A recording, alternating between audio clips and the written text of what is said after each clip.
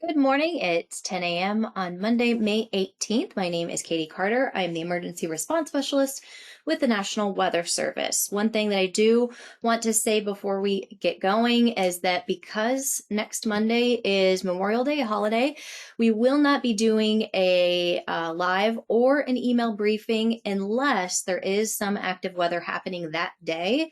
If there's severe weather expected or anything like that, then we'll blow that out of the water and we'll still do it regardless of the holiday. But because it is a federal holiday, we will not be doing a briefing that day. We will push it to Tuesday. So Tuesday, we'll still get the regular situational awareness weather briefing for the week, and we will do the live weather briefing for those that are available at the same time. 10 a.m. We'll just, for next week, shift it to Tuesday. But looking at the week ahead, what we have, a few things going on. The first thing is really the heat through midweek. We'll have a heat index not too far off from our actual air temperatures because we have a little bit of humidity, but honestly not much quite yet. We're not in the throes of summer. So luckily, pretty much what you see on the thermometer is what you get, but it's still quite hot. Mid to upper 90s is what we're expecting today through Wednesday. And then we have a pretty strong cold front moving through Wednesday, and then that'll cool things down for the rest of the week. But today we have a kind of low end risk for portions of Northern Virginia for some severe weather. We'll break that down coming up. The heat index, as I mentioned, going to be in the 90s through Wednesday. There is another marginal risk for a larger part of the state for severe storms on Wednesday. And then for those of you who are a little bit more interested in the potential of impacts from a geomagnetic storm, there could be minor power grid fluctuations as a result of a minor geomagnetic storm expected to happen tomorrow. And there's also a 25% chance that that minor storm could be moderate instead. So we'll get to the breakdown coming up here. But here is our weather pattern today, really just hot and dry. Northern Virginia up into Maryland and portions of Pennsylvania. There's a chance for an isolated storm, and it could be on the stronger side, maybe some gusty winds with downbursts from any thunderstorms that happen, but not only the rain chance, but also the storm chance is quite limited today. The story today through the middle of the week is just hot and dry. Same story for tomorrow.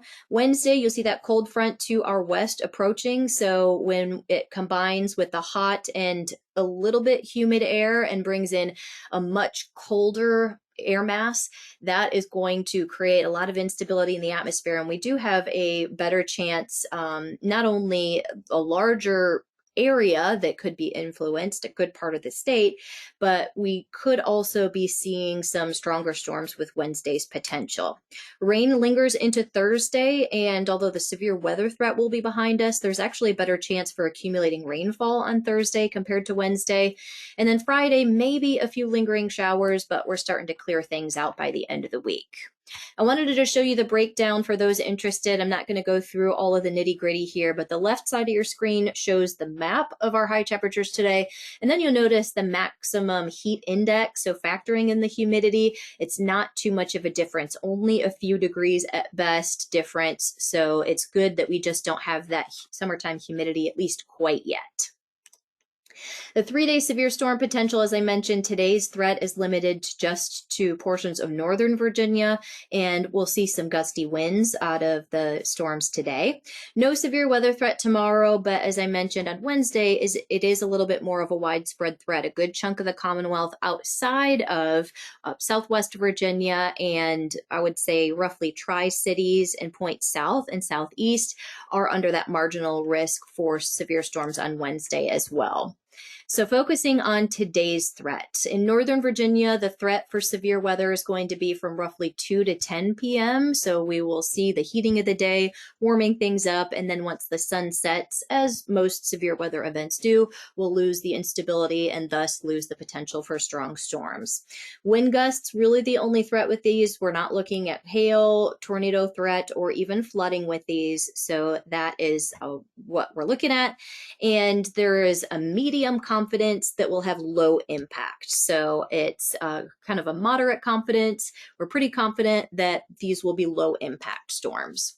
Now jumping ahead and focusing a little bit better on the Wednesday potential, we're not confident enough to pinpoint an exact time frame for Wednesdays quite yet. So we're still going a little bit more broad and just saying late afternoon through the evening hours for our Wednesday potential. Now we'll tighten things up a little bit more in terms of timing as we get closer to Wednesday, but that's really what we're looking at.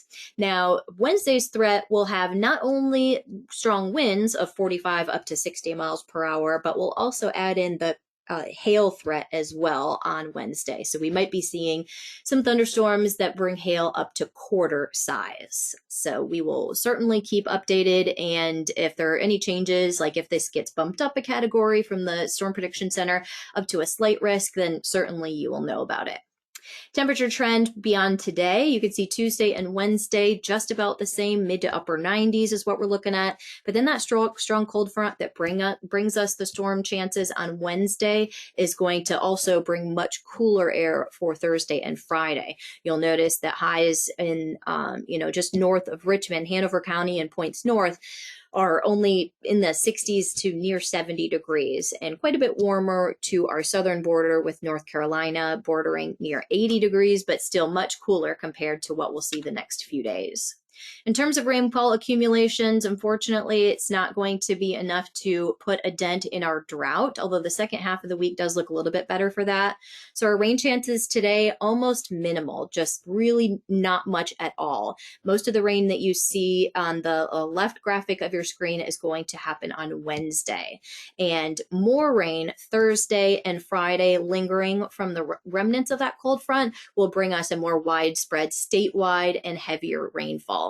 We love to see ½ inch to an inch plus, but even that is not going to, we need several events of that magnitude to really help out the drought situation. So as a result of that, we do still expect the drought status to either expand in geographical nature or deepen in terms of the intensity of the drought.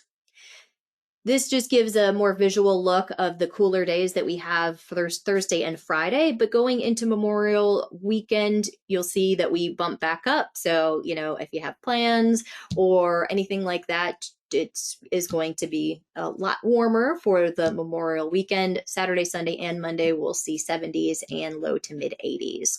Overnight lows tend to be pretty mild too, even on our cooler days. So it looks like we finally turned that corner and aren't looking at any frost or freeze potentials. And then this is good to see visually. The probability of precipitation is pretty decent Wednesday through Friday. And as I mentioned, Memorial weekend, unfortunately, or maybe fortunately, because we do need the rain, there are rain chances as we head into the weekend as well. So right now it looks like Thursday and Friday are our best chances for accumulations, but keeping an eye also because it is a holiday weekend.